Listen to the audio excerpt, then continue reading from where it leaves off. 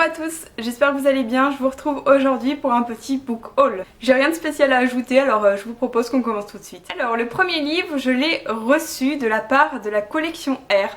Alors je pense que vous allez un peu halluciner. En fait, depuis quelques temps, et depuis plus spécialement qu'une revue spécialisée dans les livres a fait un article sur les booktubers, avec Tartine aux pommes en première page. Depuis ce jour-là, en fait, les booktubers, on reçoit beaucoup de propositions de partenariat. Et il se trouve que la collection R m'a proposé de faire partie du club R, donc avec d'autres booktubers. Et j'ai accepté parce que, voilà, c'était quand même plutôt sympa comme proposition. Et donc, ils m'ont proposé des livres à m'envoyer pour le mois de juin. Et j'ai choisi le tome 5 et le dernier tome de Night School. Donc je vous en parlais récemment en vous disant qu'il allait bientôt sortir et que globalement j'avais été hyper déçue des tomes 3 et 4. Donc on va enfin savoir le dernier mot, à savoir si ça va bien se finir ou ça va mal se finir. J'espère de tout cœur que ce 5e tome va remonter de niveau parce que franchement...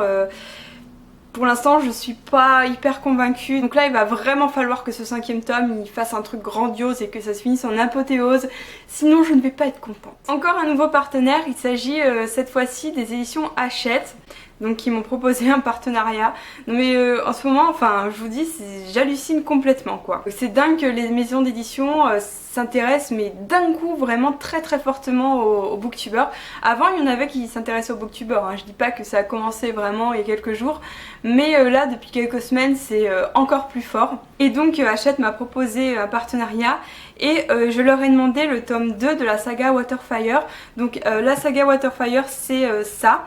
Alors moi l'année dernière j'avais acheté le tome 1 qui est celui-ci, donc qui est vraiment très beau. C'est une série sur les sirènes en fait, je l'ai pas encore lu donc je peux pas vous dire si c'est bien.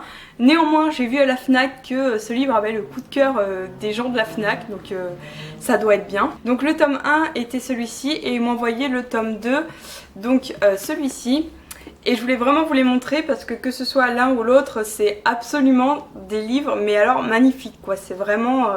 Enfin dans la bibliothèque c'est grandiose quoi. Donc j'espère que le contenu sera à la hauteur de la présentation.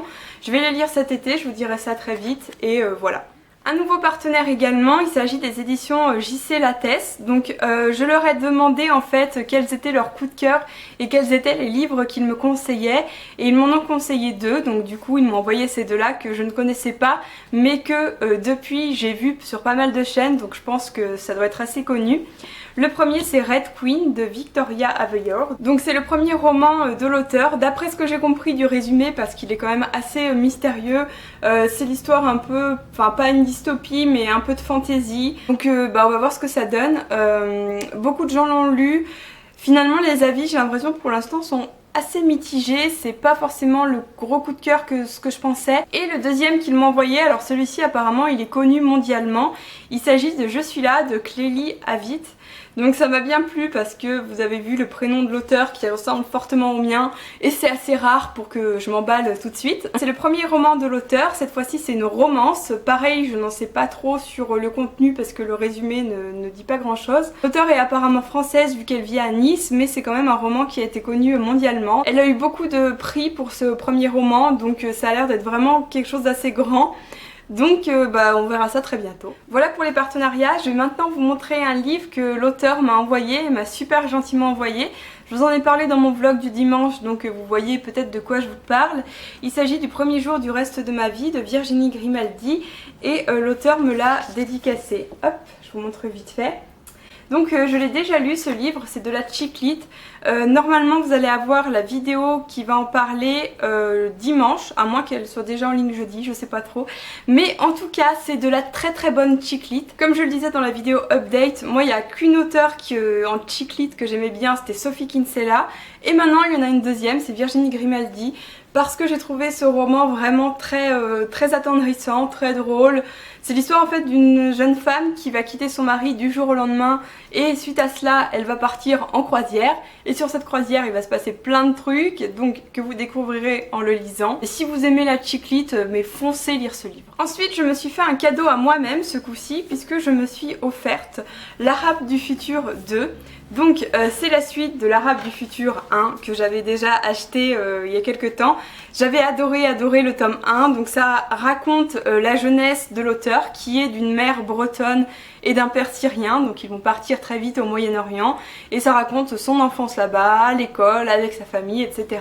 Le tome 1 est excellent, le tome 2 je l'ai trouvé peut-être un peu plus noir, un peu plus violent par moments, mais on entre dans le vif du sujet. C'est super intéressant, je vous invite à aller voir mon update lecture où j'en parle plus parce que du coup je vous ai fait un peu une critique dessus. C'est vraiment très très bon. S'il y a vraiment une DVD que je vous conseille en ce moment, c'est ces deux-là parce que on les trouve partout déjà et en plus vraiment je trouve que leur succès est mérité. Le premier tome s'était fait repérer à Angoulême déjà, il avait eu un prix. Voire le premier prix je crois, je ne sais plus, mais en tout cas vraiment je vous conseille de jeter un œil à ces BD, en particulier si vous vous intéressez un peu à l'histoire du Moyen-Orient ou aux conditions de vie dans les campagnes de Syrie. Et d'ailleurs un truc que j'ai oublié de dire dans mon update lecture mais que je vais vous dire là et qui m'a beaucoup marqué, c'est que dans ce livre il y a un chapitre qui se passe à Palmyre. Et Palmyre, vous savez, c'est la cité qui est complètement minée par Daesh en ce moment. Et ça se passe dedans à l'époque où c'était encore la cité hyper touristique, où l'auteur était complètement impressionné par ce qu'il voyait.